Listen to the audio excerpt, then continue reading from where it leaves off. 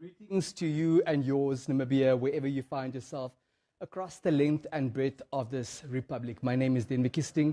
It's an immense honor, it's a huge privilege to be in your company on this Tuesday, the 18th day of March 2025. We're coming to you live from Parliament. Now, President Nangolo Mbumba, Namibia's fourth president, is expected to deliver his valedictory address to Parliament this afternoon.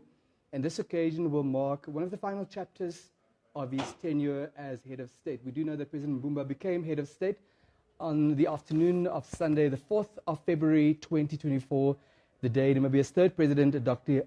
Hage Geingob, passed away. Now, this week marks the final week of President Mbumba's tenure. On Friday, the 21st day of March 2025, Namibia will swear in its first ever female president, Dr. Netumbo Nandi-Ndaitwah. Now, as we prepare for Friday, this afternoon, Dr. Mbumba, of course, will address the 7th Parliament for the valedictory address. And to talk to us about the significance of the occasion, why specifically it's scheduled to happen here at the National Assembly, we are joined by the spokesperson of the National Assembly, Mr. Zacchaeus Kadikwa. Greetings, sir, and thank you so much for making time for us. Good afternoon, and thank you very much for having me as usual. You and the team have been hard at work. It's not only a busy week, but a historical week for the land of the brave. Talk to us about the history behind this week. No, indeed, it has been a very historic moment for us as Parliament, number one. Number two, as a legislative branch that serves the general public, where we saw the transition, or we are about to see the transition of the members of the 7th Parliament, as well as having a slum, or a grand slam of seeing them yesterday, the new members of the 8th Parliament. That has been said, it has been something that we can actually all applaud ourselves and say that yes, Parliament has seen a transaction, Parliament has seen a transition, Parliament has seen us growing in terms of letting our members of the 7th Parliament go without us having hazard or anything. But yes, all in all, we are ready to accept the 8th members of the 8th Parliament. Very well. Now, we do know that Namibia is a constitutional democracy, and as per the supreme law of the land, 3 organs of state exist, and they comprise the executive, being the president and the cabinet, of course the judiciary being our courts, and then the legislature comprising the bicameral system, which consists of the National Assembly and the National Council. We will get a bit into the lawmaking aspects of particularly the 7th Parliament that concludes its work today. But as this chapter draws to a close, the head of state, Dr. Nangolo Mbumba, will address the 7th Parliament here at the National Assembly this afternoon for the valedictory address. Speak to us about the significance of this occasion. Yes, thank you so much. Today's occasion marks, or actually symbolizes, as a formal sort of setting whereby the president will actually take stock on his tenure, his contribution, and his achievement as the sitting president that has been on the helm of the presidency for a short period of time.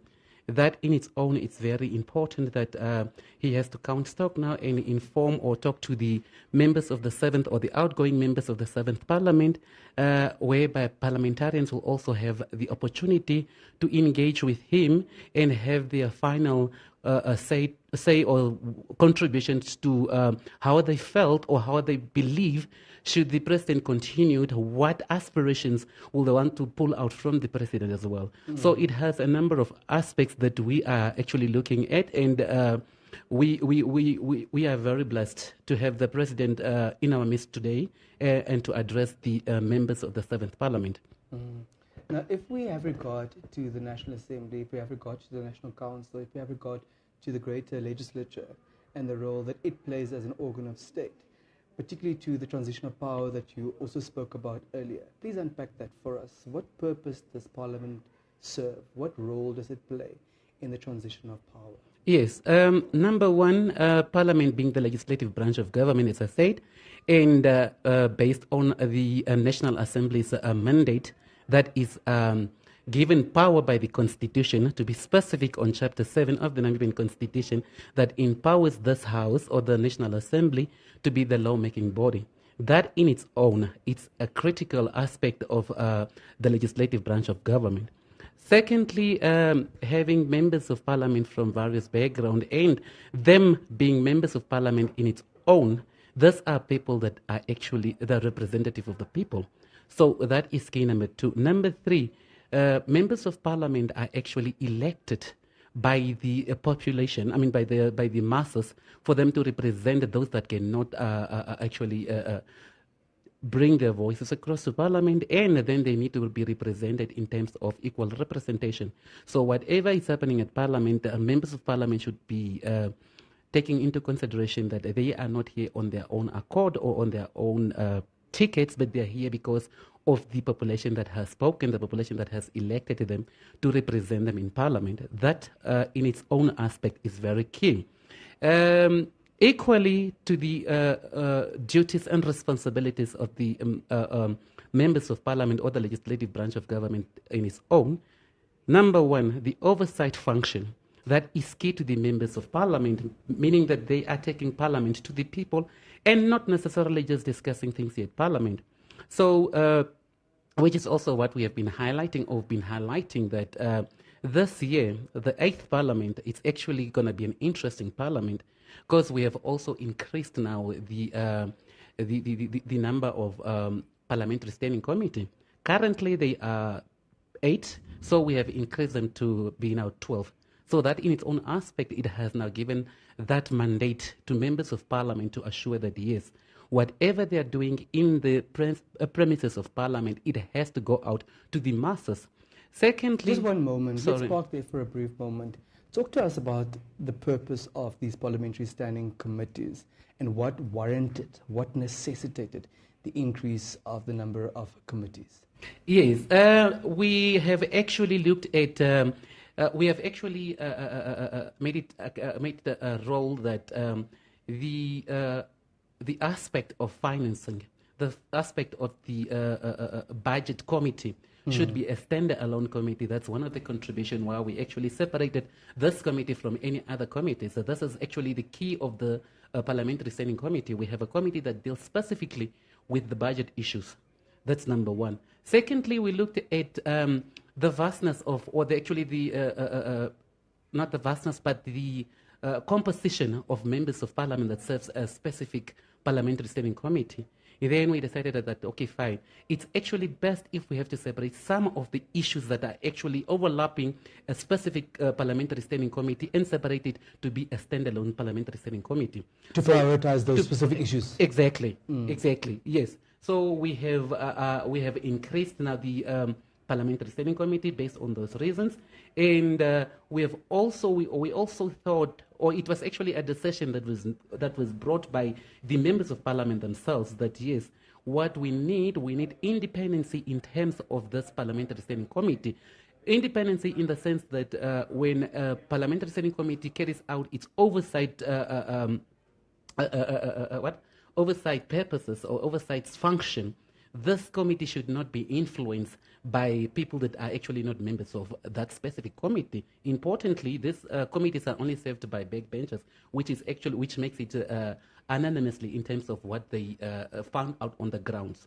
Yes. Are their recommendations binding, or do they make the recommendations and then decisions are taken whether or not to implement those recommendations by the committees? Importantly, what I can say at this juncture is that when a parliamentary standing committee is actually, or when a motion is referred to a parliamentary standing committee, is now with this parliamentary standing committee to assure that they have to take the bill or the motion to all 14 regions, depending on how they are going to sample such an oversight. Once they have then conducted or have exhausted this oversight by taking the bill or the motion to the people, a comprehensive report is then tabled in Parliament with a recommendation, of course, whereby this recommendation or this motion or this report is actually given to the responsible ministry or minister for them to implement the recommendation. Very well. Mr. Kadikwa, would you like to walk us through the key accomplishments of the legislative branch, specifically the 7th Parliament during the soon-to-be-concluded tenure?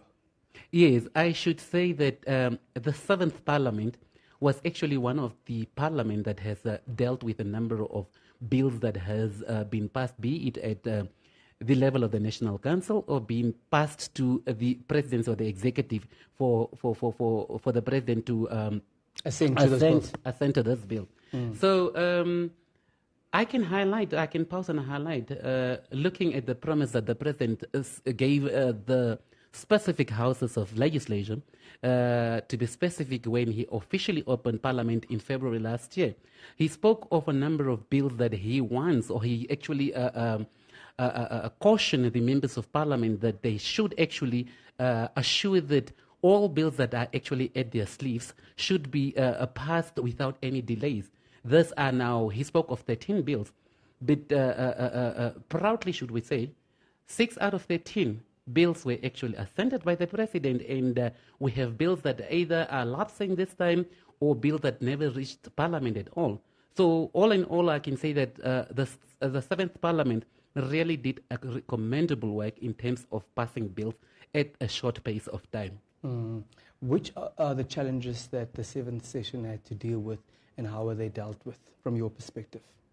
Challenges, I find challenges as more to our opportunities, simply because looking at the composition, or actually the members of Parliament coming to Parliament and having a shortfall of not attending some of the sessions, were actually our shortfalls that we had due to the fact that most of the members actually were overwhelmed with a number of responsibilities, be it personal or government responsibilities. Those are some of the shortfalls that we received at Parliament. But all in all, I believe with the expansion of the Parliamentary Standing Committee, and then with also the new faces of members of Parliament that are coming to Parliament, we are actually we are actually discouraging members of Parliament not to fall short of not coming to Parliament, but assuring that yes, we need to have the Parliament calendar full and not escaping and having a shortfall of members not coming to Parliament. So that's actually one of our opportunity, looking forward to see members of Parliament coming to Parliament and not having a shortfall in terms of them coming to Parliament. Very well. Now, the valedictory address is scheduled for 14:30 this afternoon.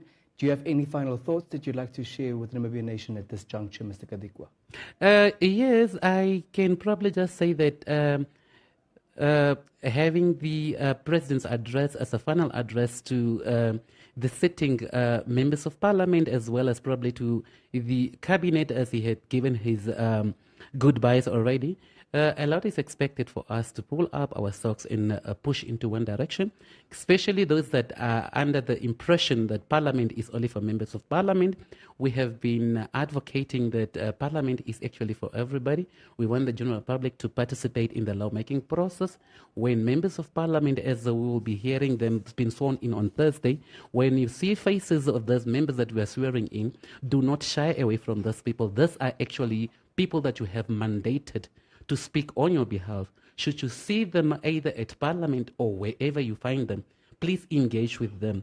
Give your consensus, give your contribution, give your dismay to these members of Parliament, because they are there to speak on your behalf and bring your plights to Parliament in your absence. So we want to encourage that.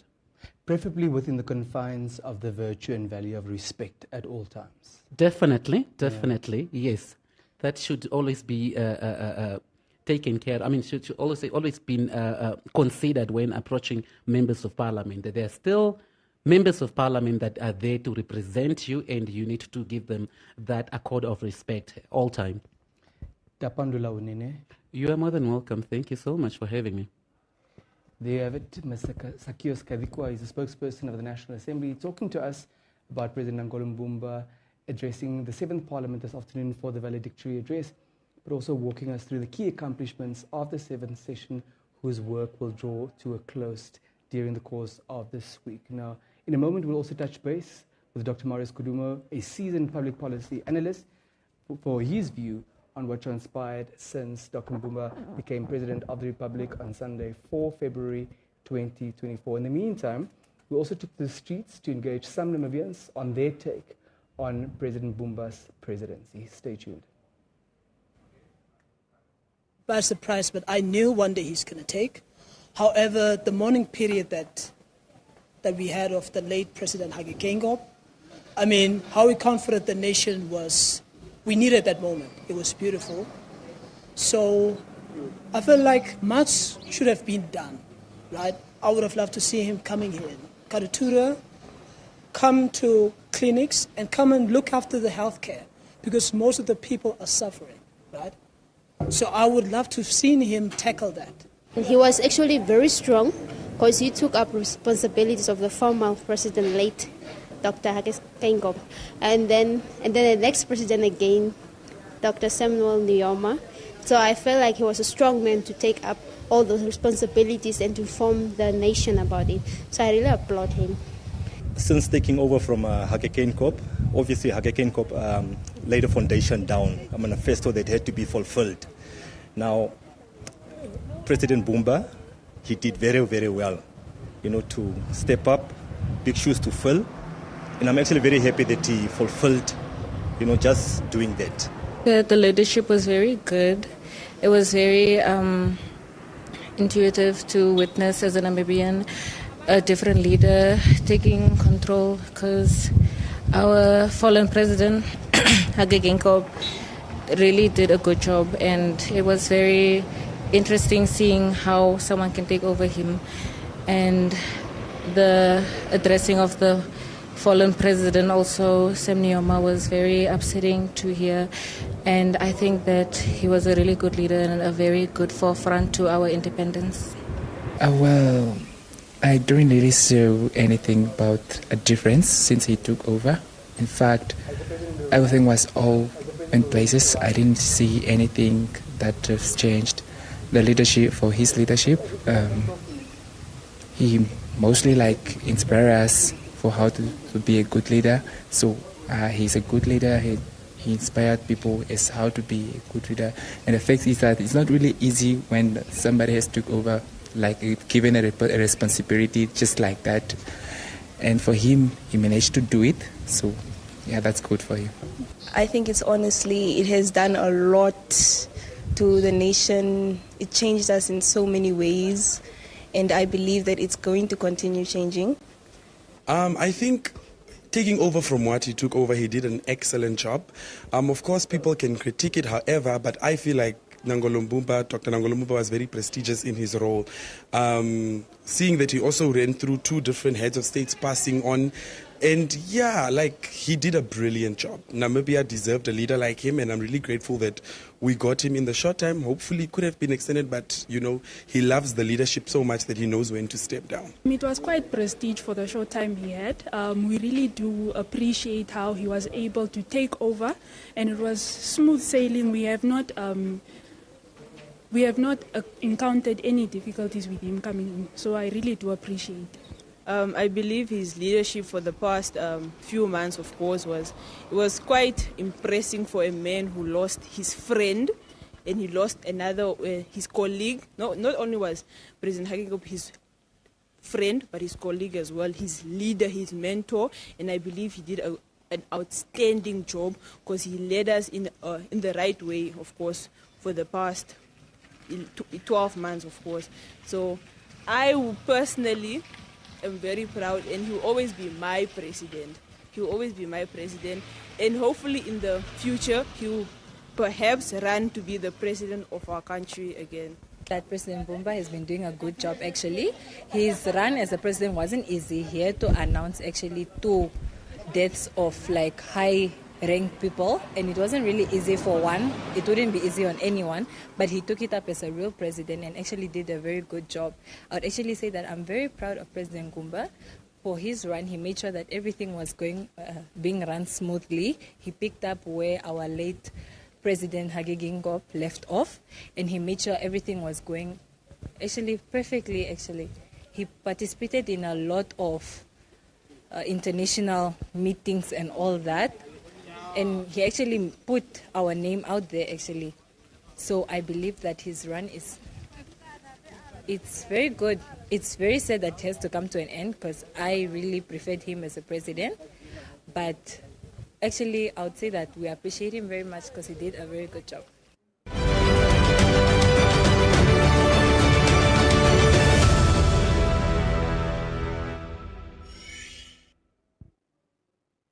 Welcome back. You tuned into a very special broadcast. President Nangolo Mbumba is expected to deliver his valedictory address to the 7th Parliament at the National Assembly this afternoon. And those were some of your views on President Mbumba's presidency. As promised earlier, we now sit down with public policy analyst Dr. Marius Kuduma for his take on the presidency of Dr. Nangolo Mbumba. Greetings, Doctor. Thank you so much for making time for us. Thank you very much for having me once again. Now, what we know as a fact, Dr. Kuduma, is that President Nangolo Mbumba took over the reins of this country under very difficult circumstances on the afternoon of Sunday, 4 February 2024. What do you make of how he has tangibly demonstrated leadership over the past close to 13 months? Yeah, he have extremely done well. And if we have to assess his work, we have to look at what his work is in terms of the Constitution. He is the head of state, head of government, as well as the commander-in-chief of the defense force. Secondly, the Constitution expects from the head of state to work with dignity and also to provide leadership. So when you look at those issues and what you have asked, he has done extremely well. If we have regard to those issues that you just outlined, can you be more specific in how he fared as per his constitutional mandate? Yeah, obviously, like I said, as the organs of state have functioned in Namibia as if nothing has happened. Whether it is your legislator, the executive, as well as the judiciary. They function as if nothing has happened. Secondly, we had unfortunate situations where a head of state, a sitting head of state, passed on. Then the founding president also passed on. Just imagine the impact of that on the emotions of a head of state who was closer to those people. And the way the memorial service as well as the burials of both these heads of state is something that Namibians must be proud of. And it's not something that just happened. There were people who were behind it in terms of planning. You should also remember on the international front that President Mbumba was the co-chair of the Summit of the Future. And that summit was envisioning what the future should look like. A small country of Namibia to chair that summit together with Germany is also not a small achievement. And not without significance, of course. Yes, and of course there were also other bilateral and international relations in which he have engaged in. So he have carried out his work with dignity and have provided leadership as the Constitution is expecting from a president. Let's return to Sunday, the 4th of February 2024, Dr. Kuduma. We've been hailed for the manner in which that transition happened, that it was not only smooth, but that it happened peacefully and that peace continues to prevail. How significant is that? It is significant because everyone is talking about it. And I think it's always important that it's not what others are saying, but what us as Namibia are saying about it, the way it was handled. Because when the late President Geingob was talking about processes, institutions, and systems, many of us did not really understand what he meant.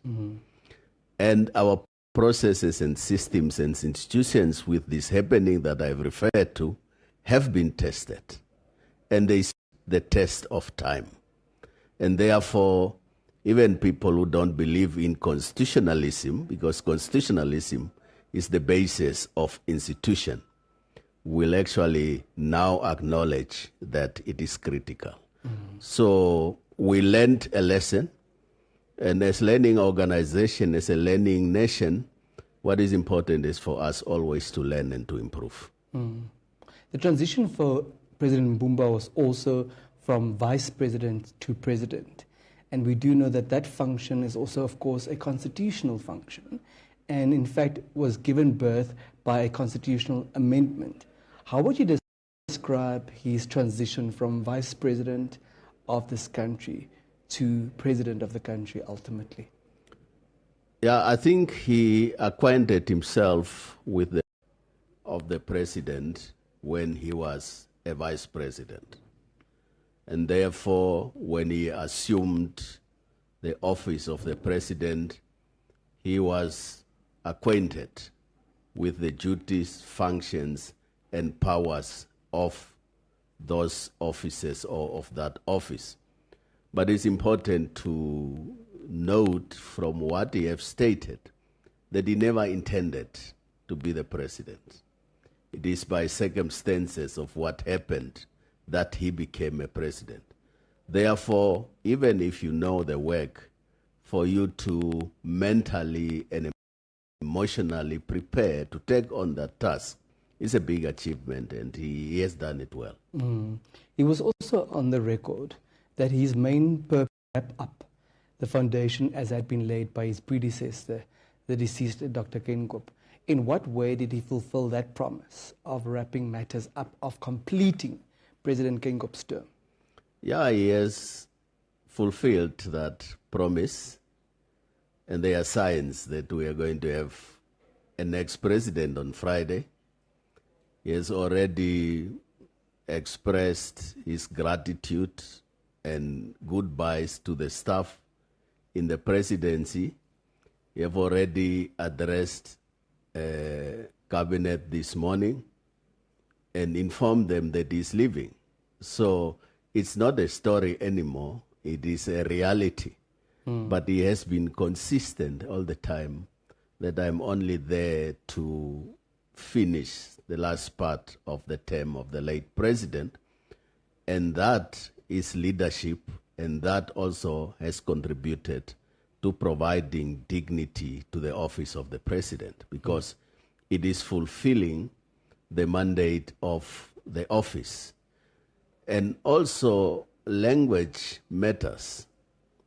For example, on Sunday, he was explaining to people that I am leaving, and that leaders only comes to power through elections, through the democratic will of the people.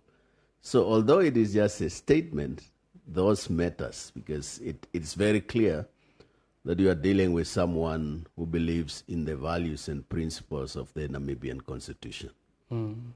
Dr. Kuduma, your forte is public policy. And notwithstanding the accomplishments, notwithstanding the credit that's certainly due to President Mbumba and to the government of the day, the policy environment is not a walk in the park. What environment did he inherit, and which were his instrumental policy interventions?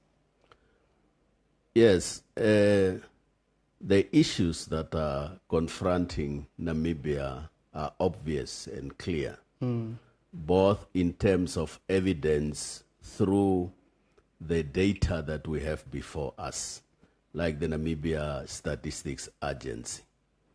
Unemployment is a major issue, especially among the youth.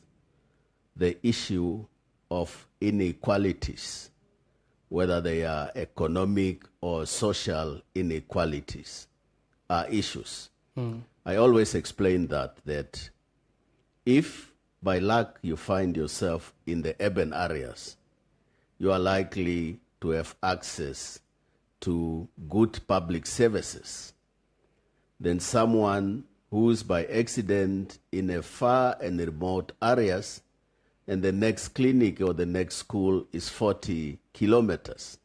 So social and economic inequalities, the income gap, are still issues in Namibia.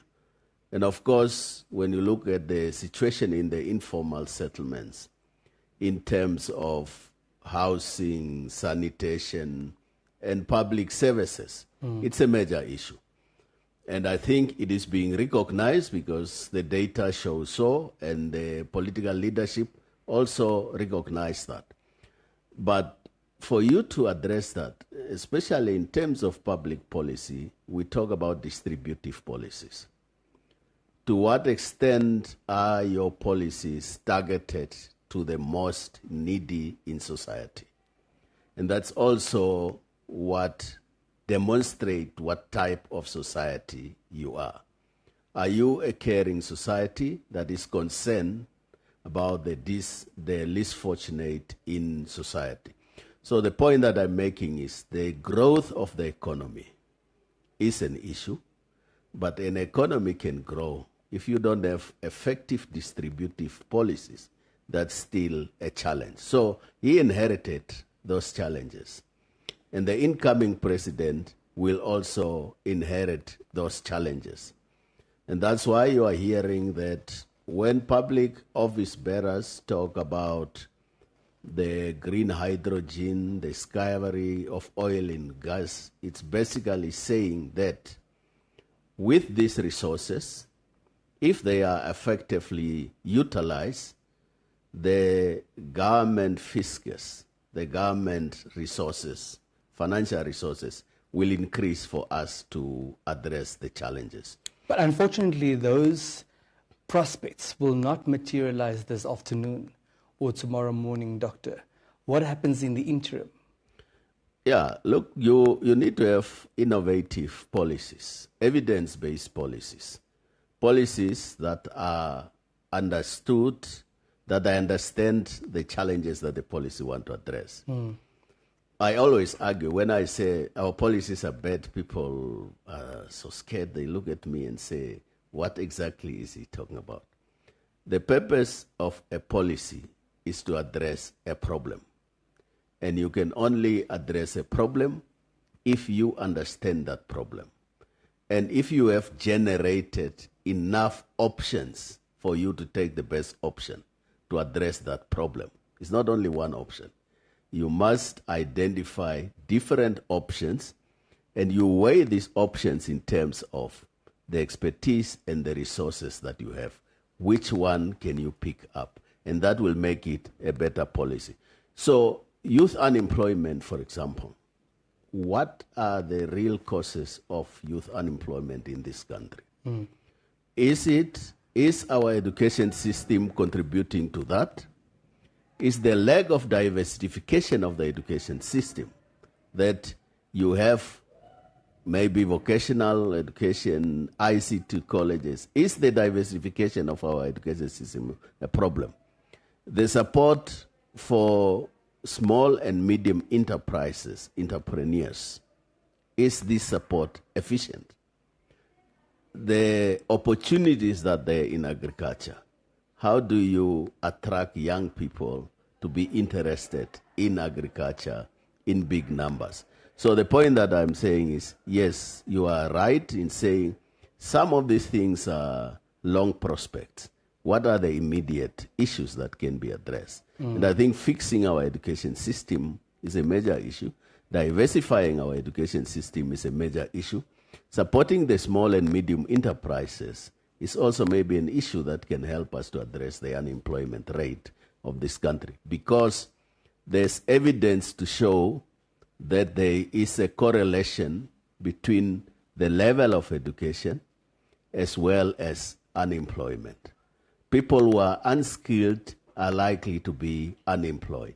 So what type of employment opportunities can you create for those people? And that's where your distributive policy have to come in. We have to acknowledge that we are in a race against time. We have to acknowledge that President Mbumba's tenure was very short. But talk to us about the policy interventions that we did witness during his tenure. Yeah, obviously, the focus on the new discoveries was one of the focus area, as I have indicated. There was also mention of although we were in drought years, the issue of... Doctor, can we just park that thought for a moment? We'll get back to it after the valedictory address. We understand that the National Assembly is ready. President Nangolo Mbumba will address the 7th Parliament in a moment for his valedictory address, so we now cross over to the chambers.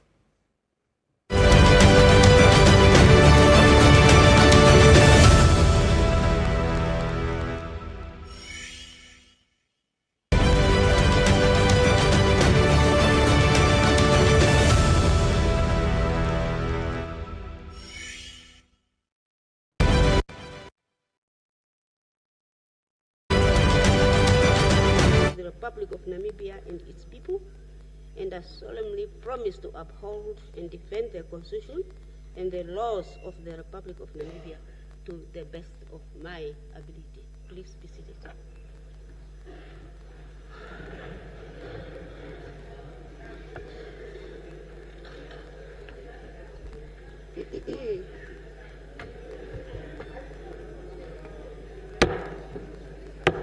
The House is called to order.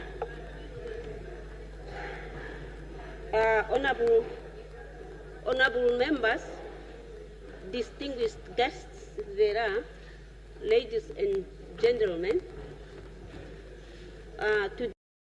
today marks a significant moment in our nation's history as we gather to listen to the valedictory address by His Excellency, the President of the Republic of Namibia, His Excellency Dr. Nangolo Mbumba. As we prepare to hear His Excellency, the President's parting words, we recognize that this is not just a farewell, but a moment of reflecting gratitude and inspiration for his journey ahead. With great respect and appreciation, I now suspend the business of the House as I go to invite His Excellency, the President of the Republic of Namibia, to the chamber. In the meantime, I request the member to rise and to remain standing until the procession of His Excellency, the President, has entered the chamber, accompanied by our Speaker. So agreed.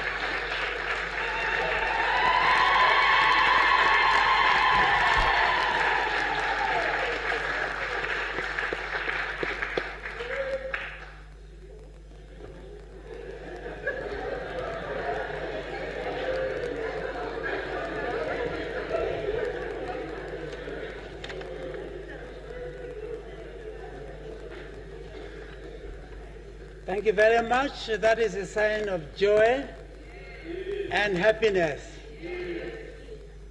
And especially on the occasion like this when it has been raining so much in our country. So we are extremely delighted. Our prayers have been responded to. Your Excellency, Dr. Nangolo Mbumba, President of the Republic of Namibia, the Right Honorable Dr. Sarah Kukongeba Madira, Prime Minister of our Republic, the Honorable McHenry Venani, Leader of the Official Opposition, Honorable members, members of the media, ladies and gentlemen. It is my distinct honor to welcome you, Your Excellency, to this chamber, not perhaps, but for the last time in your capacity as the President of the Republic of Namibia.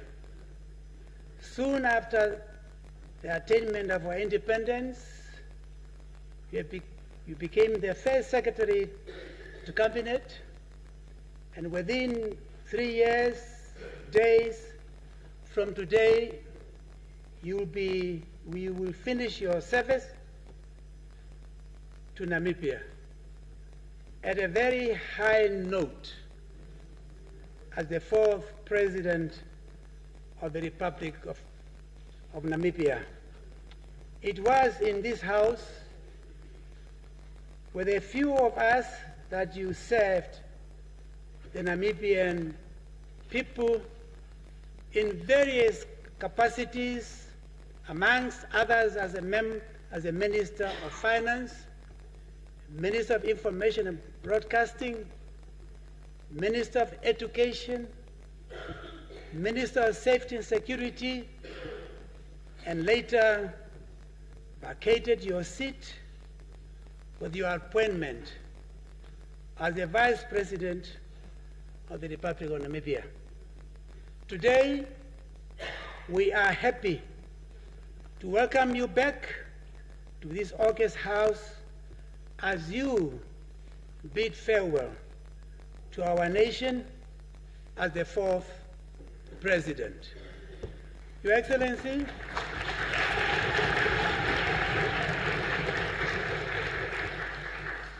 you became the 4th President of our Republic under circumstances that no one of us could have foreseen. It was indeed an extraordinary time in our history, and it needed an extraordinary person to lead our nation through those difficult times in the history of our country. Your history told us, Your Excellency, my dear brother, that as a young man hail from Olukonda, you never dreamed of becoming a president of a country. But your dream was always that of attaining a school principal, the role to empower the young ones. However, circumstances at that time put you in the prime position to steer the ship of our country and to keep our nation united at the time most of us have preoccupation, and I quote, of where to from here, as we were confronted by those extraordinary challenges. With you, with your leadership, capabilities, and determination.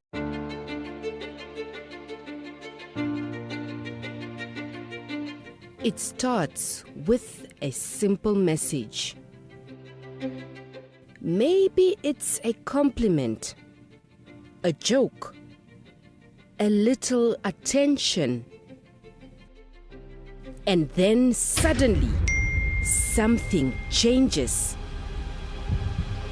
She could be your daughter, your sister, your friend. Down to earth, always giving a gentle smile when it is possible to do so.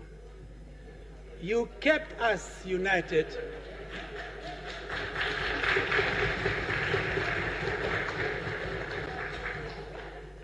You kept us united as a country, and under your stewardship, we were able to maintain peace and unity.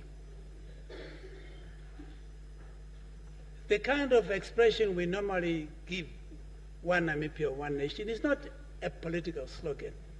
It's part of the vision. It's part of the thing that define who we are as a country. And that is what you did, and history will always be kind to you as you move into your well-deserved retirement. And you are not going to be alone. There are other people like yours truly following you.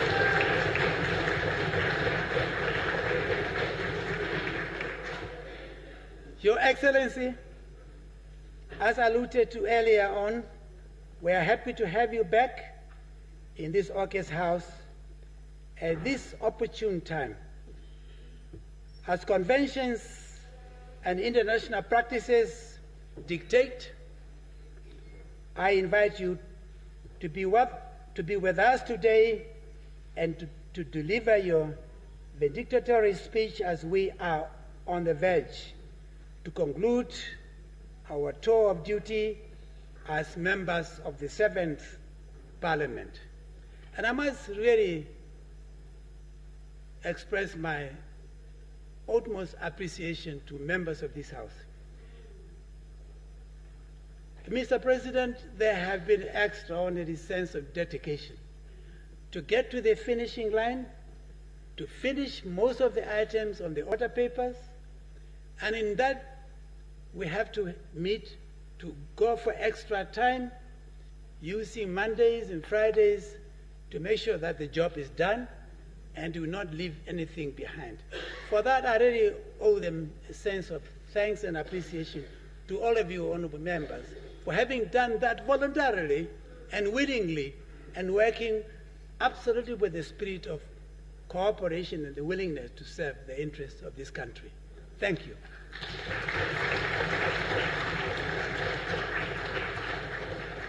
It is therefore my distinct honor to invite you, Your Excellency, to deliver the long-awaited speech as we bid farewell to this House and to the country.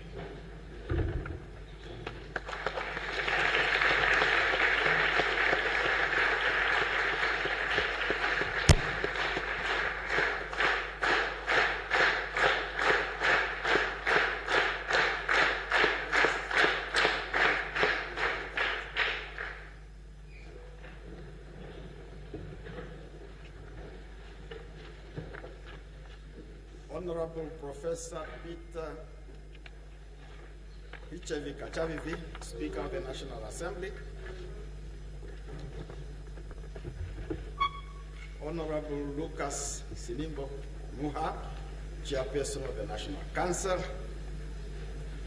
Right Honorable Sarah Kugongero Amaviram, Prime Minister and Leader of Government Business in Parliament, Comrade Sophia Shaningwa, Secretary General of the ruling party SWAPO, Honorable McHenry Venani, Leader of the Official Opposition, Honorable Members of Parliament, good afternoon.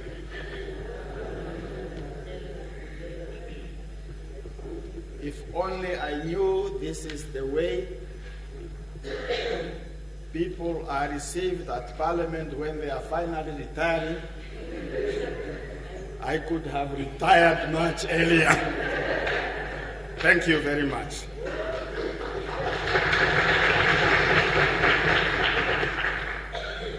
When my old friend and comrade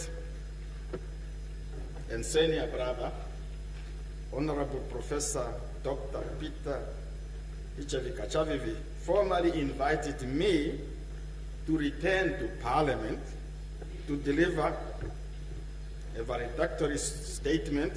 I was initially hesitant, said there must be a trap somewhere.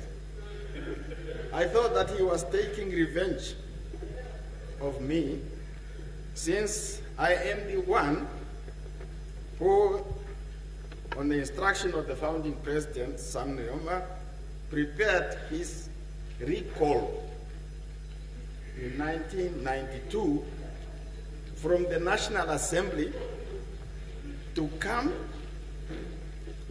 become the founding chancellor of the University of Namibia.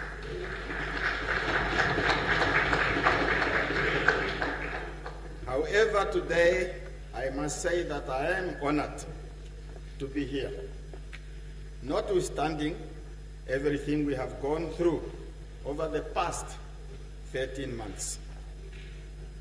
Our republic lost two extraordinary and visionary leaders.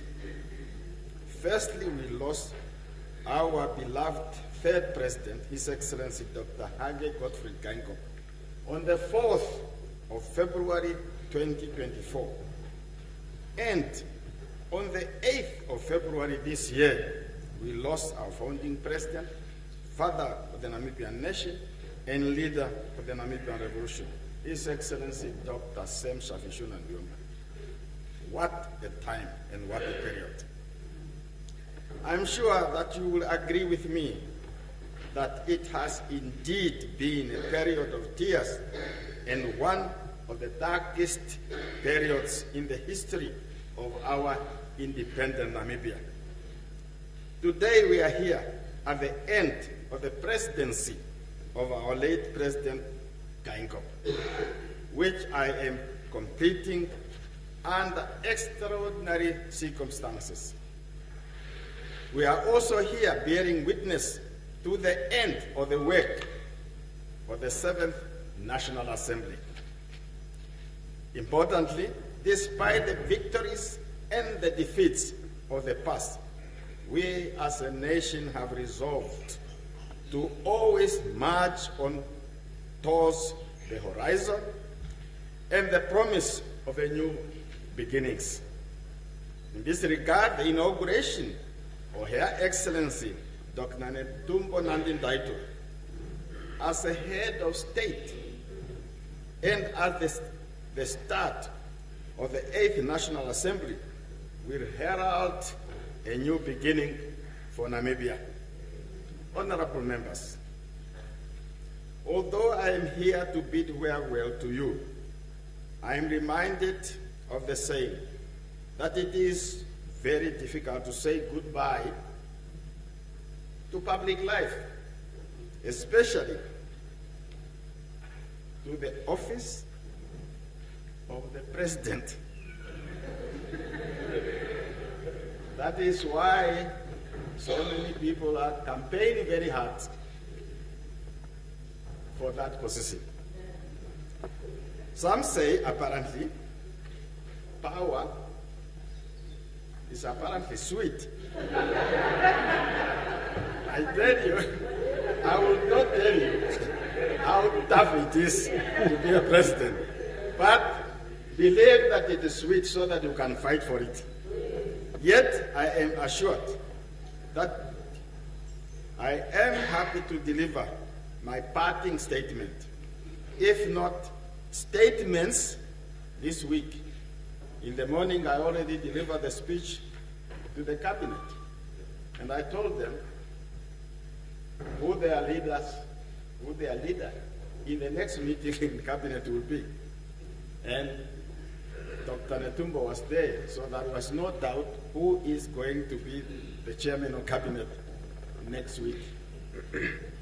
As this week marks the end of my former role in the public affairs, I look forward to join in retirement the person and leader I admire most.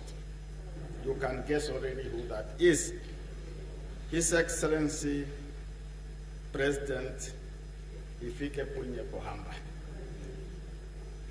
We will have a lot to catch up with We can talk about Tanzania, Tanganyika, Angola, whatever. But at least I have a senior brother. Indeed, the passing of the baton from one president to another reflects the strong democratic traditions set by 3 predecessors. We live in a country where presidents can retire and live peacefully in and among the society. I remain confident that moving forward, we will continue to consolidate the peace, the unity, the stability, and prosperity in our beloved country. As I prepare to leave office, I am not preparing to leave the office, I am leaving the office. I'm humbled to have occupied different roles in the government of the Republic of Namibia, which commenced, as the Speaker has already said, with my assignment as Secretary to Cabinet, various ministerial portfolios, and now ending as the President of our beloved country. My journey as a politician and as a member of the National Assembly started in the most remarkable ways. Following completion of my assignment as the Chief Executive Officer for the Walvis Bay and the offshore island, with the aim to reintegrate it into Namibia, His Excellency Dr. Nuyoma called me to his office and informed me that he was appointing me as Minister of Agriculture, Water and Rural Development. Things were much easier and better at the beginning. Somebody was not a member of parliament, is a civil servant, and you are appointed just like that. You will not get that now. Parliament was in recess at that time, and Justice Johan Straydon administered my swearing in as a member of the National Assembly, and also administered my oath of office as minister at the High Court of Namibia. The Speaker at that time was Honorable Dr. Nosech Tender, a brother, a colleague of mine. And as a Speaker who respected adherence to procedures, he was not impressed, nor was he amused with what had happened. He duly informed me that members of the National Assembly are not sworn in at the High Court, but in the House of the National Assembly. Fortunately, my punishment was light. The only thing I had to do was to repeat the process in the National Assembly. That is why I think that to date, I am one of those people who have the record of being sworn in the most as a minister or as a member of parliament. From that day, beginning of March in 1994, I served as member of the National Assembly until I was recalled unexpectedly in February 2018. This February thing is something else. I will not forget the sequence of events which saw me uprooted from my seat as a member of parliament. President Geingob tried to call me several times, and when he eventually reached me by phone, he was naturally annoyed that I was not readily accessible for him to speak to me. What cooled him down, however, was my explanation that I was at a book launch with former President Pohamba. You can see the connection. This helped to cool him down, and Ritel told me to come to his office the next morning, and it was on Tuesday. Cabinet has to start at 9. I was told to come at 9. But I was not a member of the cabinet. My seat as Secretary General was taken up by Sophia Shaningwa. So I start somewhere, and the President started reading his New Year message and said Mbumba was the Vice President. Things do happen in this life.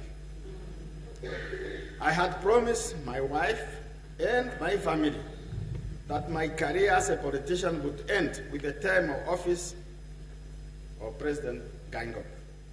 Certainly, it is ending with the term of office of President Geingob, albeit in a manner which I did not foresee, nor did I expect.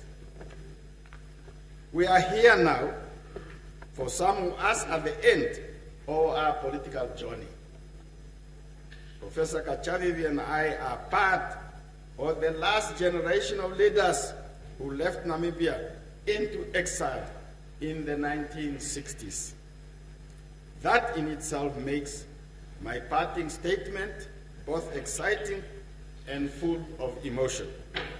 Emotional because it is the end of a long journey, which commenced with a small step on foot from Ondangwa via Okongo, Kurenkuru, Rundu, Botswana, and that is 5 decades ago. Exciting because it is the beginning of a new season and a new journey for our nation. A journey which, under Her Excellency Dr. Netumbo Nandi-Ndaitwah, opens up many possibilities for greater accomplishment for both the citizens and visitors of the Namibian House. I am hopeful that future legislatures will build on the brilliant work of Honorable Dr. Mose Chitendero, Honorable Kandi Nehova, who in 1995 laid the first bricks for the strong, healthy, and robust National Assembly and National Council that we cherish today as the hallowed bastions of our democracy. To a certain degree, we have succeeded in living up to the expectation of their joint authored book or booklet called, and I quote, Agenda for Change, Consolidating Parliamentary Democracy in Namibia. Some people think they are the one who coined the word change. It has always existed in the vocabulary of the Parliament. Today, the National Assembly, the National Council are placed at the heart and center of our democracy as living institutions of democracy and good governance. Honorable Theo Ben Gurira, Professor Peter Kachavivi, Ambassador Margaret Mensah Williams, Honorable Bernard Songa Sibalatani, and Honorable Lucas Muha have all built on the outstanding foundational work of Dr. Chitendero and Comrade Nehova. Similarly, all members of Parliament throughout the years have also played pivotal roles in making Parliament a living, respected, and honored pillar of our democracy. We thank you for that. Therefore, over the past 35 years, and I can also speak from my experience as a member of the legislature for over 2 decades, that this august House has endeavored to fulfill its mandate as a vital channel for contrary views that reflect the diversity of voices in our nation. When all is said and done, the laws made here are sovereign because the people who voted for them are the true representatives of our citizens, who are the final and ultimate sovereigns of the democratic Namibia. I am increasingly proud. I am incredibly proud to end part of my work here in the National Assembly. I wish to thank all of you in this chamber for the support you have provided to me during my tenure in public life. The work we have accomplished today together in the past year and generally during the Geingob presidency is commendable and demonstrates the strength of the legislature as an essential democratic pillar of the Namibian state. It is in this chamber that Namibians from all walks of life place their faith by electing freely the individuals and political parties of their choice that will serve as their representatives and their voice.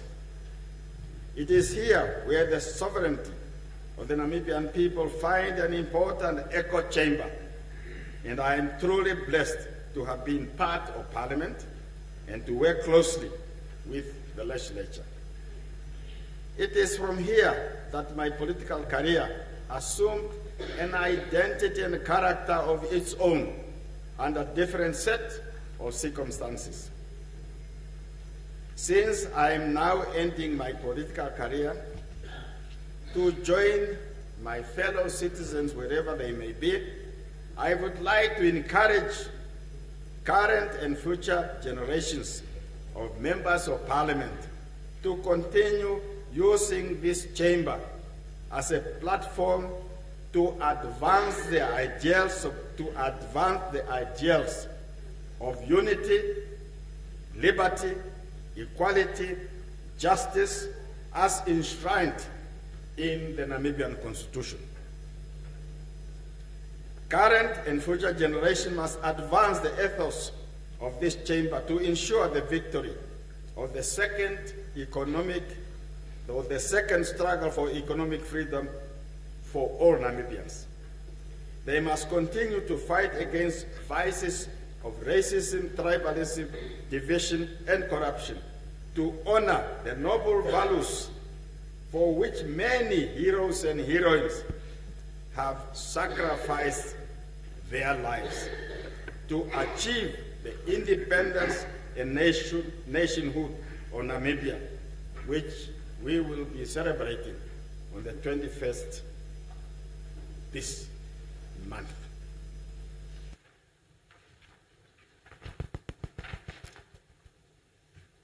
I did not come here to give you new policy statement. I am glad at the end of my statement there will not be questions. I will only tell you, as politicians, we should have our political battles here. No politician should be the one taking another politician to courts. And if the competition cannot take place here, we should not do it in the street. So that is one advice I can give you. Long live the People's Parliament of the Republic of Namibia. Long live the Republic of Namibia. I thank you for your kind attention.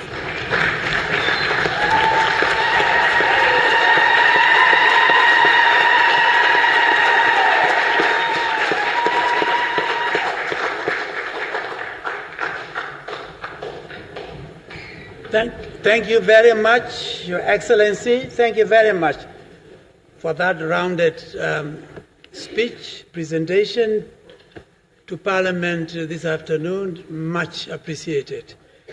Your Excellency, I now like to invite leaders of our various political parties represented in the House to offer the sentiments, which is basically an expression of gratitude, a word of thank you.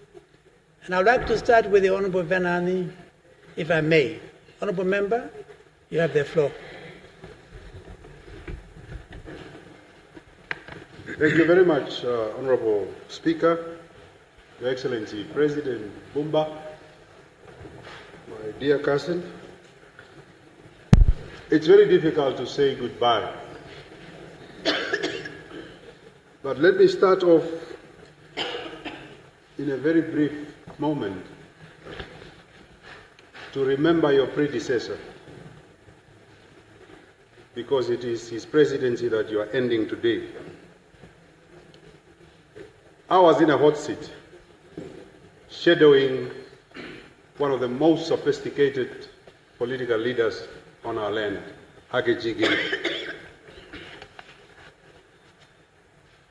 We attempted at all costs to keep the government in check and on its toes. But one thing that I want to say before I come to you, cousin, is that I'm reading in the newspapers every day about the official opposition, the official opposition. It's because we dare to raise the bar of the office that it has become important now. And we did it very well.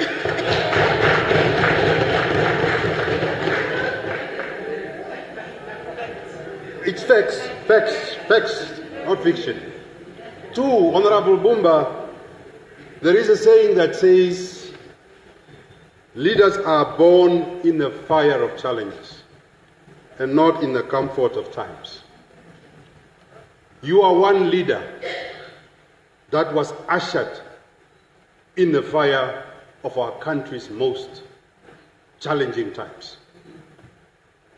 I know you as a young lad in this house, and the word cousin between the two of us, many people, especially Hereros, are asking me, why is Mbumba referring you to cousin? This is how it started. Honorable Mbumba was hiding age. He never grew old. President Geingob Hage was sitting here. He would call me younger brother. Mbumba is the same age. Honorable President is the same age as President Geingob. And I tell President Geingob that, this one is my cousin. Look how young he looks like. So over the years, we became cousins, besides the family links of the Mchimongunda clan that I do not want to talk about. But President Mbumba, this country will respect you for one thing. The 2 days that you stood behind the coffins of our departed leaders, you, as a son of this country, unified our country in the hope and believing that a better day and a better tomorrow shall come. Because you were ushered in a fire of challenge, you stood your ground. I remember a night that I sent you a very provocative SMS. Just as you assume your presidency, I said it's a center holding. And I tell you, without fear of contradiction, indeed, this 1 year, the center was holding on behalf of our people. I don't want to be long. There is a hymn in my language. No. Chief Milwago would have sang it better. No, I don't want to sing the hymn, but I want to quote the hymn. Professor Kashavi knows this hymn. The word says, Makukamburo ndangi yanje mukuru, injinji hathora, oyo njime kupe. The Lord, a person is praying to the Lord and says, my Lord, please take my good thing. It might not be enough, but it's a thing I'm willing to give you. Thank you for what you have done. Thank you very much.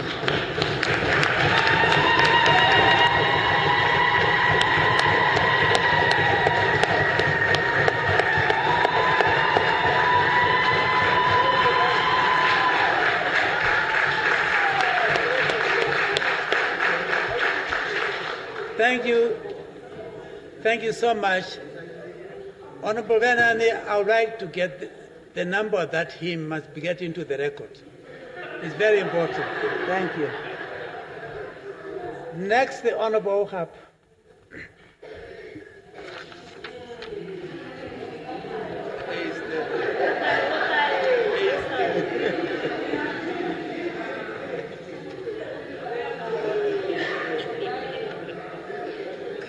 Thank you, Honorable Speaker, Excellency, honorable members of this august House. Allow me to use this opportunity to thank the President on behalf of the entire leadership of UDF Party for guiding Namibian nation to championing peace, stability, and justice. Your Excellency, your able leadership has paved the way for the young blood to invigorate the Legislative Assembly. Excitement is in the air, Your Excellency, as Namibians anticipate the swearing in of a new parliamentarians in the National Assembly. This moment is a significant milestone in the nation's democratic journey. This only happens because of your fatherly guidance. Therefore, Your Excellency, I humbly thank you. Thank you very much. Honorable Speaker, I am done.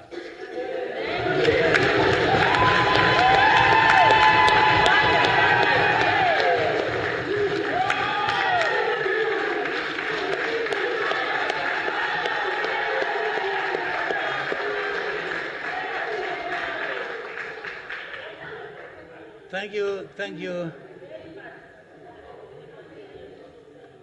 The Honorable, next, the Honorable Mbundu, it's your time. Yes, we stand for that. Thank you very much, Honorable Speaker.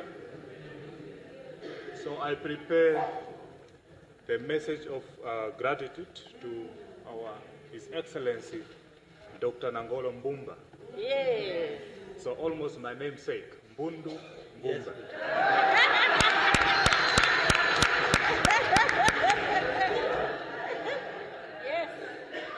So thank you very much. It is a general knowledge that wisdom comes with the age throughout a person's life. And it's one of the greatest gifts in life. As the fourth of President of our Republic, that burden of being a wise leader been placed on you through the unfortunate passing away of our two presidents, Dr.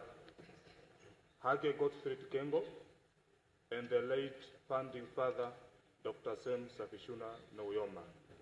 May their soul rest in eternal peace. So the nation was doubt your ability to lead, but you have proven many wrong that indeed you are a wise leader who have the best interest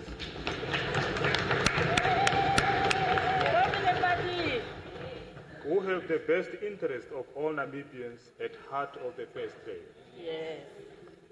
As its sitting president, as much as there was criticism over how you conducted certain matters of national concern, must we give you a standing ovation today of being a selfless leader who did not use his position to influence, to hold on state power.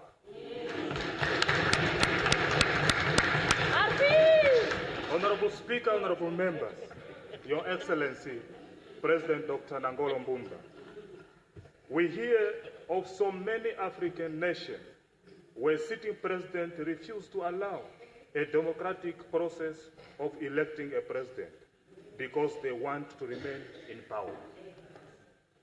Yet you have ensured that Namibia is not part of those negative statistics of which all Namibians should thank you for that. There are instances where you could have proven better leadership, such as recently concluded disastrous election where you made a proclamation to extend the election in the way you did. But we only say that. But we can only say that you were misled to believe that you are doing well. For all voting, Namibians' only history will judge for those responsible for that gravel error for our democracy process. Yes. However, Honorable Speaker and honorable members, You are right, my boy. Your Excellency, President Dr. Nangolo Mbumba, Let it be. we were privileged to have led by you a humble wise man Yes. like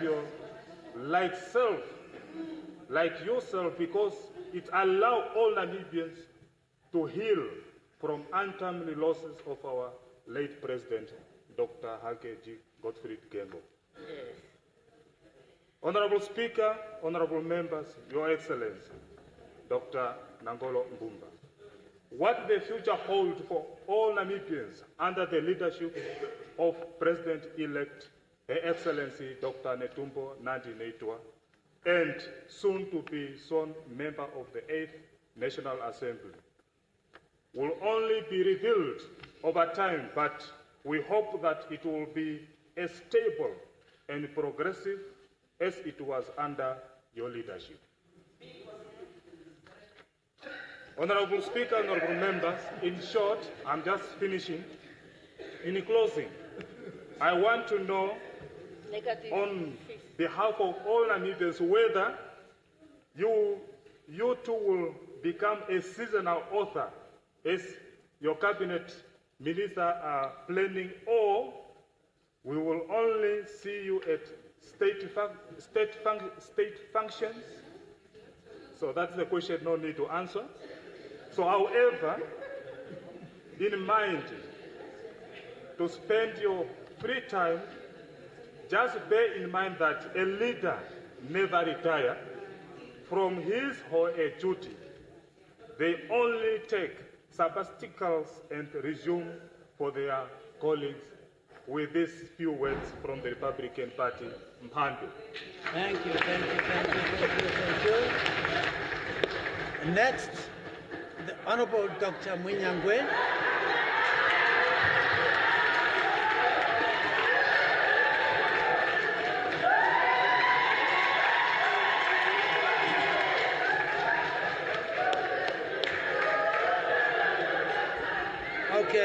Okay.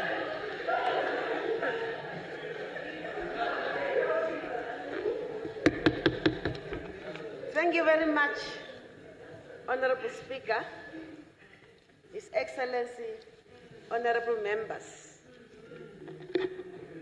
You know, sometimes, at times like this, one becomes emotional, but I'm trying not to, because I really want to say what is in my heart.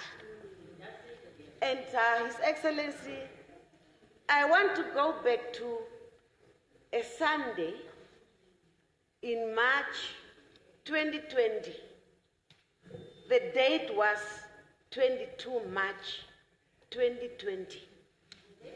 I was at home, relaxing.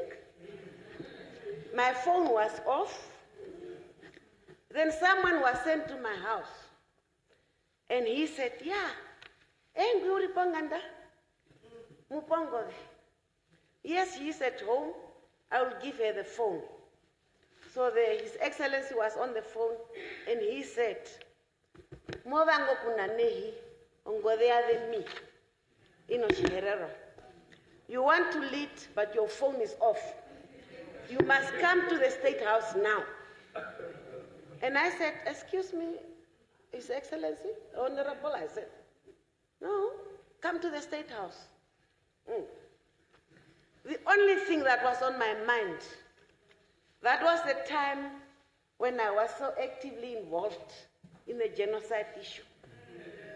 Now I was thinking, what did I say or do that was an embarrassment to the president and the country. That was the only thing on my mind. So I came to the State House. I was taken there. His Excellency and the late president, they were the only two sitting there. I was shaking. Take your seat. So I took my seat. President said, you know, I've been following your campaign, and you have been saying you want to provide alternatives. And because of that, I want to appoint you as Deputy Minister of Health and Social Services. Huh? Now, I did not even have words. I didn't know what to say. But nevertheless, the rest is history. So, His Excellency, I'm taking this floor to express my gratitude, my appreciation for having been given the opportunity to serve the Namibian people, to serve the Namibian government, which I also consider as my government, because I'm a Namibian. I joined the Ministry of Health and Social Services at a very difficult time. The first day I went to the office was the first week after the two first COVID cases have been detected. So there was no induction. You were thrown in the sea and you have to swim. And Honorable Speaker, with your permission, I would also love to use this opportunity to thank my Honorable Minister, Tate Kalumbi Shangula, who welcomed me in the ministry with that fatherly laugh. Everyone knows it was a very difficult time for me. The appointment of Deputy Minister. Every time I would go to the minister's office and I would say, oh, I understand there would be a meeting somewhere where they will discuss how I should be removed. And my minister said, take the car, go and attend that meeting because it's about you. So, Tate Shangula, thank you very much for that. For your leadership that you've shown also during the COVID-19 time. While we were all, panicking, I remember I asked, but Minister, did you sleep? I don't sleep. Minister said, but how would I not sleep? How could I have sleepless nights for something that I cannot control? So since then, I also started to sleep. So His Excellency, I really want to say thank you very much for His Excellency and the late, and I'm sure when you take that decision, it was not only the two of you, but there were other people. And I want to thank them also through that. And if by any chance my former president hears what I'm saying right now, I want to say, Okuneno Kuhepa, thank you very much for that opportunity. It was 5 good years. Sometimes you think you have reached the age of 60, but life is a long learning university. You still learn. And really, my brother here said the song, but I want to say that. I have an uncle who always say that.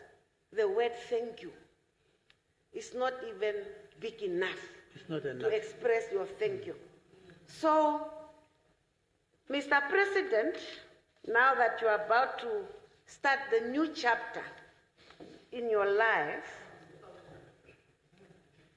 I really want to wish you all the best. I want to wish you happiness, and that the Almighty might also grant you the health that you need, not only physical, but the mental well-being as well. And lastly, if you allow me, Honorable Speaker, I also want to use this opportunity. Tomorrow we will have another opportunity, isn't it? Yes. Yes. But I want to use this one also to thank the former First Lady, my sister Monica Ginkos, who also showed and inspired especially the young people, the young girls, what love is. When she got married to the former president, there were a lot of things that people said. But when I started to come closer to them, I knew them and I could see the love that she was showing to her husband. And that inspired some of the young people. And I really want to say that despite losing her husband, she is still coping and she still continues to inspire many young people. So I also want to wish her all the strength and love and joy. So Mr. President, all the best and enjoy your retirement.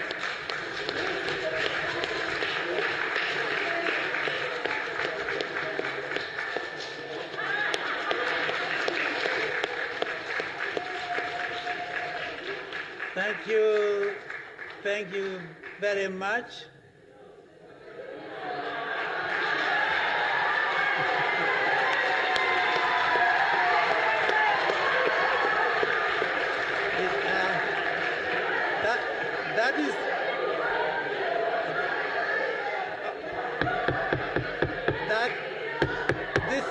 This is very important for the young parliamentarians.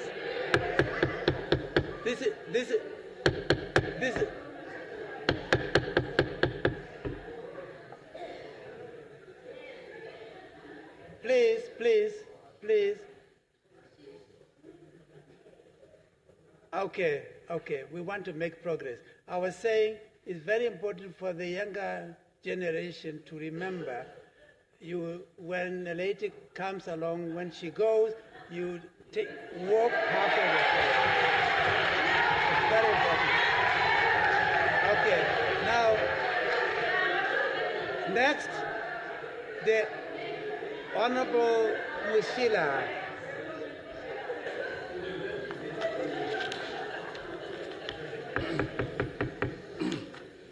Honorable Speaker, honorable members, I rise with deep sense of occasion and reflection to extend sincere appreciation to His Excellency the President, and to also offer a few parting words of gratitude as my own service draws to close. Your Excellency, it is with genuine respect that we thank you for your service to the Republic. You assumed office under solemn circumstances at a time when our nation was grieving the loss of a head of state, and you carried the mantle of leadership with dignity, composure, and steadfast commitment to constitutional order. Though your tenure has been brief, it was undertaken at a critical juncture in our national journey. You offered the country a steady hand, preserving stability, unity, and continuity in the face of transition. You reminded us that leadership is not measured solely by the length of time in office, but by integrity and dedication with which one serves. On behalf of all People's Party, I extend our heartfelt appreciation for your contribution to this state. While we have exercised our democratic duty to challenge, critique, and hold the executive accountable, today we stand in gratitude of your commitment to safeguarding the nation through this delicate period. As you prepare to hand over the reins of leadership, we wish you peace good health, and fulfilling future, whether in your private life or in your continued service to our nation in other capacities. Honorable Speaker, honorable members, allow me also, before I conclude, to express my deepest appreciation to you, Honorable Speaker, for the manner in which you have presided over the affairs of this Parliament. Your stewardship has ensured order, respect of parliamentary rules, and the smooth functioning of our democracy. To my fellow honorable members across all benches, I extend my sincere thanks. No, doesn't matter. My opportunity. The debate may have been inscripted, the disagreement of fame, but the common thread has always been our shared love for this country. Your Excellency, may your chapter be remembered as one that bridged leadership, anchored stability, and upheld the dignity of our nation. As the old saying goes, to everything there is a season. This is a season of transition, a time for new beginnings. May it be marked by unity, wisdom, and a shared resolve to serve the people of Namibia. I thank you.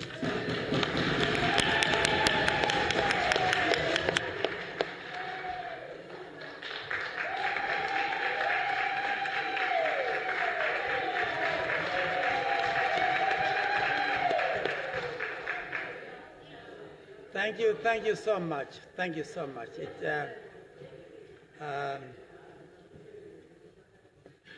One is moved by this kind of expression of appreciation. Next in line is the Honorable Mukwailongo.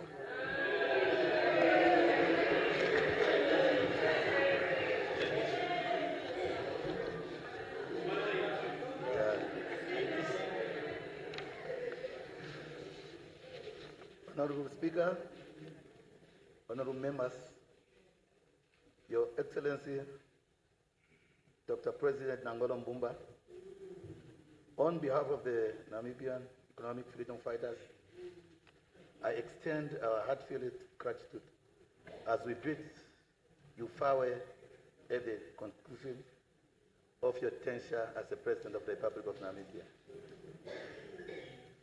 Your leadership during a time of national mourning and transition following the passing of our late President, His Excellency Dr. Hage Geingob, and the founding father of the nation, Dr. Sam Shavishuna Nujoma, has been marked by stability and continuity. You have carried out your duty with diligence, ensuring that the affairs of our nation remain on course. As you step away from the highest office, we acknowledge your lifelong service to Namibia, from the liberation struggle to various government laws. Your commitment to the country governance and democratic process is commendable, and history will remember your contribution. While political differences might exist, we recognize and respect the role you played in upholding the principles of leadership and service to the Namibian people. As you transition into a new chapter of your life, we wish you good health, peace, and fulfillment.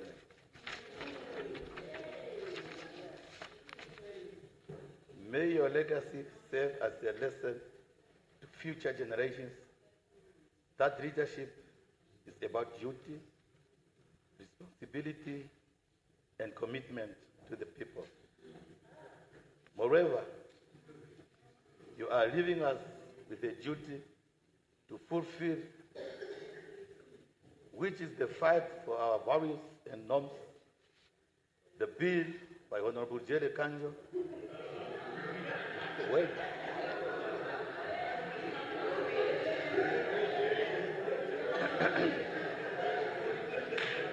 Has been a challenge to you, but we will leave it to the future generation to make us proud and stand by our African culture, values, and norms.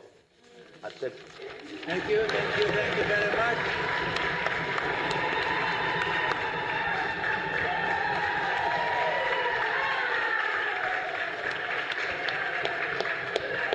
Thank you very much. Thank you very much. Okay, we are getting closer and closer. Next in line is the Honorable Sheku Pakela.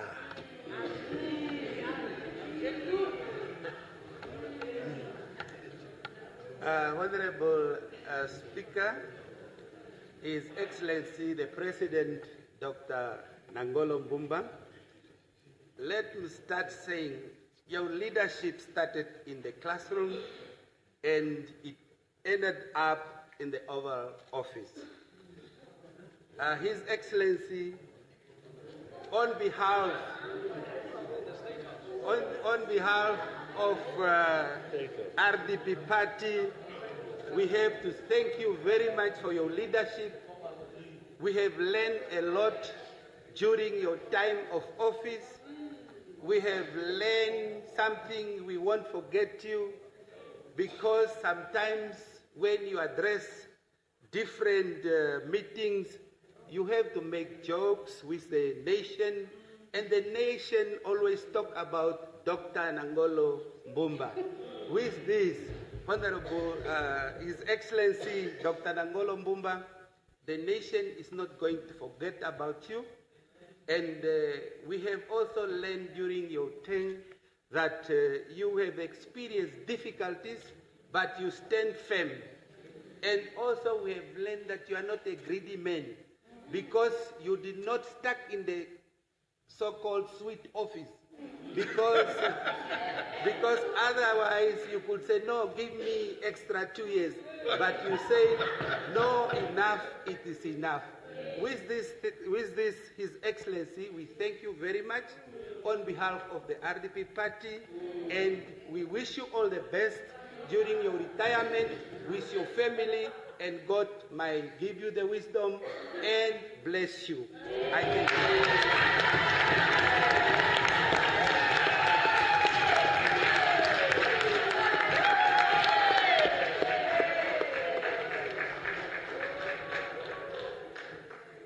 Thank you very much. And next, the Honorable Kambaye. Kambaye. My name is Kambaye. Kambaye, yes. Yeah. Swan. Thank you. Honorable Speaker, honorable members. Your Excellency, Dr. Nangolo Mbumba, on behalf of Swanu, I want to congratulate Mr. President to lead our nations in difficult time. Your leadership even granted to you in a short circumstance, you have carried out action of Namibia favorable. Your Excellency, Mr. President, even after your roles, do not forget your service to the Namibian nation is not done. Yeah. We will continue relying on you, a boy born in Olukonda village, and finally become a president.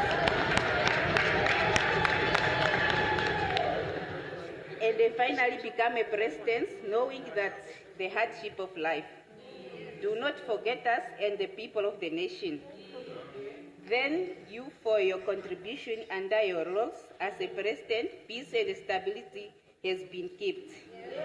The world has known greater leaders in the history of our great nations, You're more than great. May the Almighty God continue to bless you.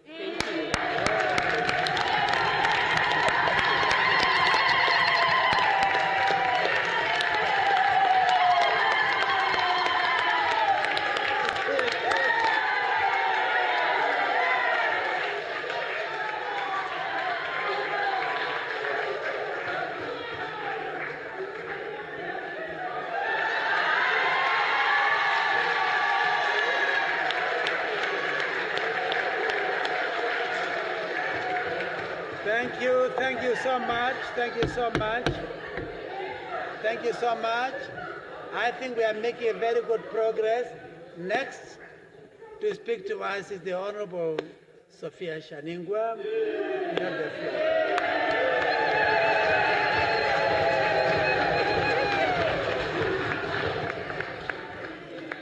And in that way, we have maintained a balance in terms of gender representation. Thank you. Thank you very much, Honorable Speaker. Our own very one elder in the House, your deputy, our Prime Minister, the deputy, the ministers, leader of the opposition, McHenry Venani brother, and all the leaders that side. But you also have my people that side, eh?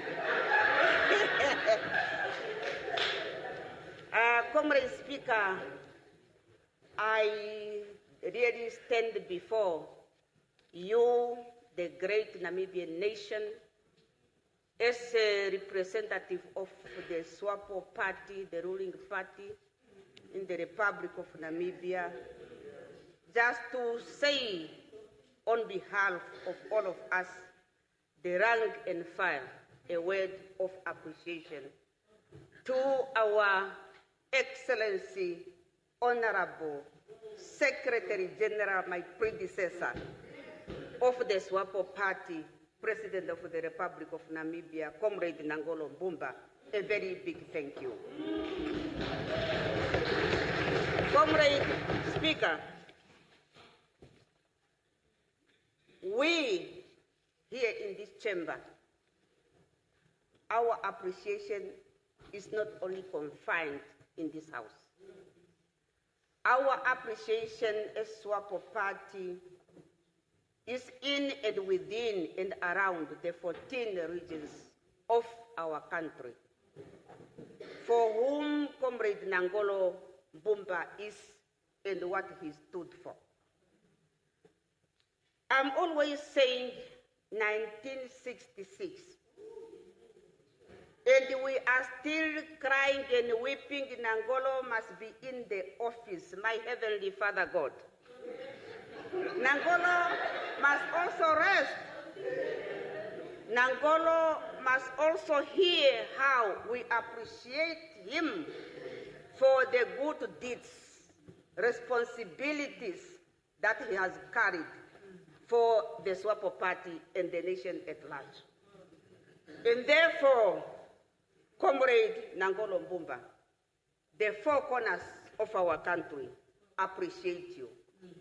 In this chamber, Comrade President, we have called ourselves today not as a ruling party or opposition. You can see we are all speaking with one voice. As one Namibia, one nation. We debate, sometimes we quarrel, sometimes we push one another, not physically, but ultimately we know that this is a country of the brave, Namibia, and we are all here as brothers and sisters. Therefore, what we are doing in this chamber, debating, paralleling, contributions, is for the benefit of the good of all the Namibians at large, because we are their representatives. At the SWAPO party headquarters, Comrade President, I want now to tell you how we know you. We don't say Nangolo Mbumba. You are our cool cat. You are our cool cat. But we are also saying, do you know it's a cool cat, but it's a hard nut to crack. You are not only a cool cat, but you are a hard nut to crack. And therefore you carried us through various circumstances. And for that, we appreciate you, Comrade President. Here we are saying, from 1966, when you left this country, we are 65. You see, 65. It's only me who was born. The rest of you, I don't think. and that's the difference. So what we are saying is, Comrade Nangolo Mbumba, what you have started with your predecessors, we are going to carry on as your children, both this side and that side, to carry our country to the fore. And we are not going to let you down. Take it from us, as your children here, all of us together. Your Excellency, last, I want to say, we are praying for your good health, yourself and your family. You may have millions and trillions of dollars, but without good health, you are nothing. And therefore, Comrade President, we are praying for you that our Almighty God grant you with good health, self and your family, and most especially your dear wife, who is to take care of you.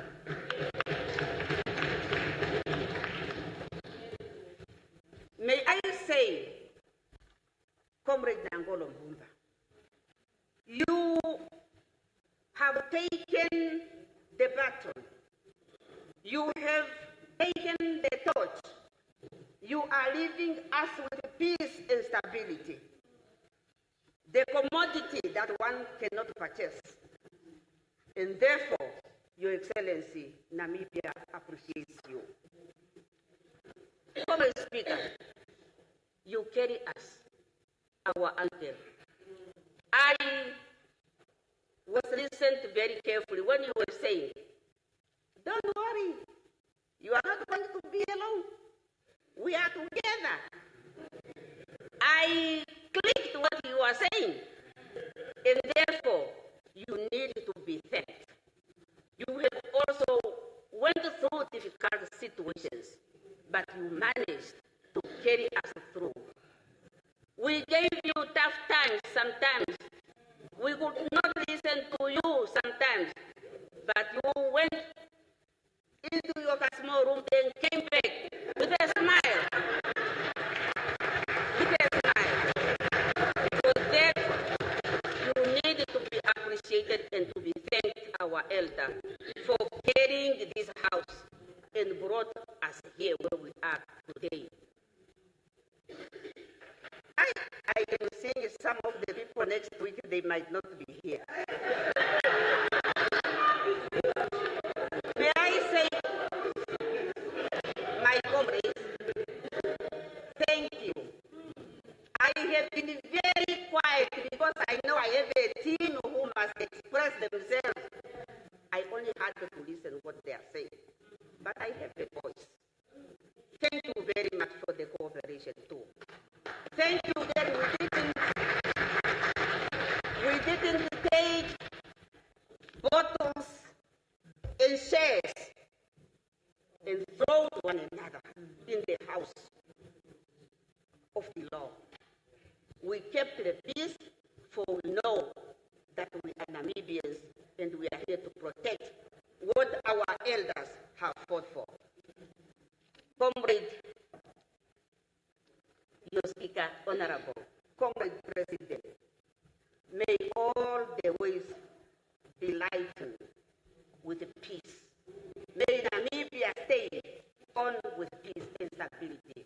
We thank you very much, our Father, for carrying us and for keeping us and kept our peace. And having done all what we have to do through difficult circumstances, your legacy will also not be forgotten. Thank you very much. Thank you very much indeed. Thank you very much.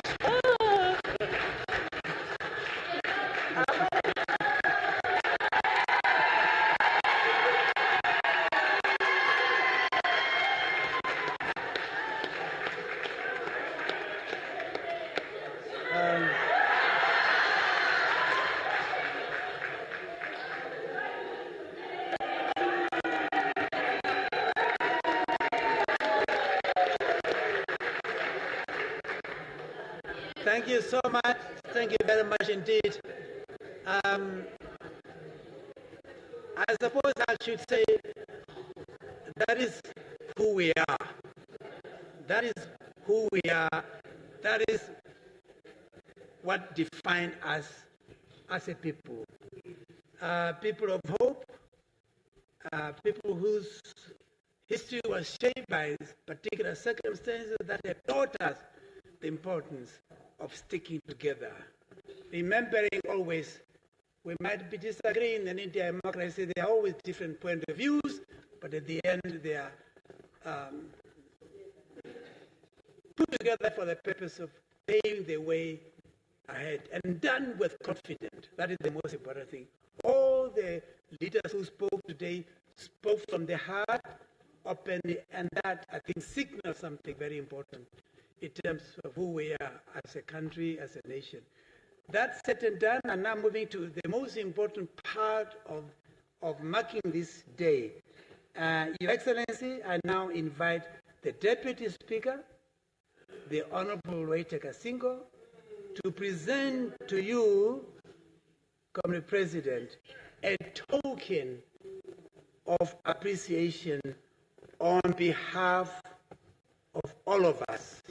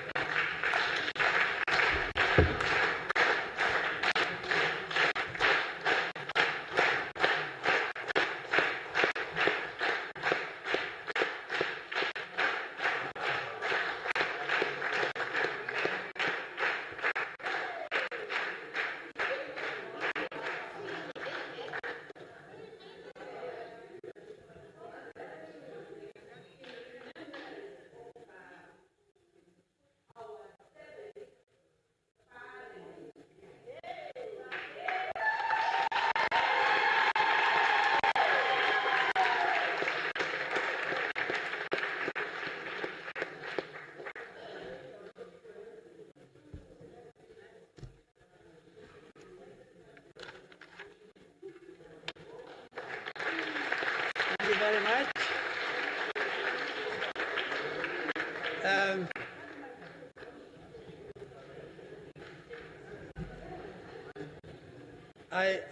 I'm aware that it's not often that we have a day like this, coming together, and this is something to remember even after we have left this house.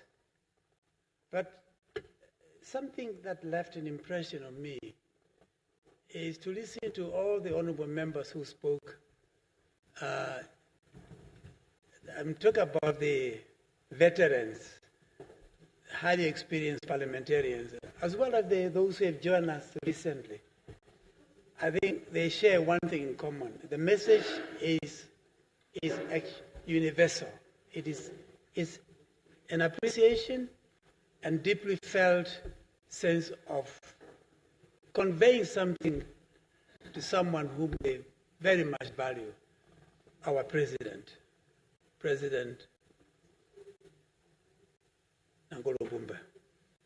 I think what we have come for, we have been able to perform to the letter, and I'm now basically in the process of concluding, and the way conclude this event, I would like to now invite the Right Honorable Prime Minister to adjourn the House until tomorrow. And tomorrow we are coming back to come back. We invite the Right Honorable Prime Minister to adjourn the House until tomorrow, Wednesday.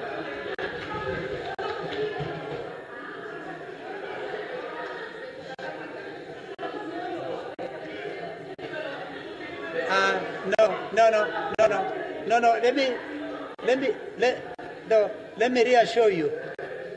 Nothing will be lost. Nothing will be lost because we have convened this sitting specifically for one item. That is to keep within. There was an intention to do that, but since we convened this sitting for one particular item, we cannot tackle any other. We will take care of that tomorrow. So there is nothing is lost. So, Right Honorable Prime Minister, adjourn the House until tomorrow. Very much, Honorable Speaker. Honorable Speaker, honorable members, I am trying very hard not to do the typical thing that heroes do. Heroes are last-born, for those who don't know. Now, this hero here feels short-changed because she also had a lot of things to say about His Excellency here in other capacities. But I will reserve that for another time. I will find an opportunity to say that to him. And today, I would only say thank you very much, and I move that the House adjourns until tomorrow, the usual time. Thank you very much. Thank you very much. Now,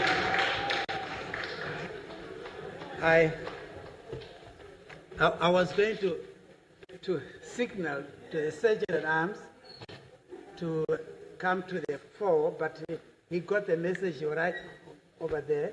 So we will proceed as usual. I will be escorting the head of state, and the rest will follow as soon as we have done. So can we do that? Thank you.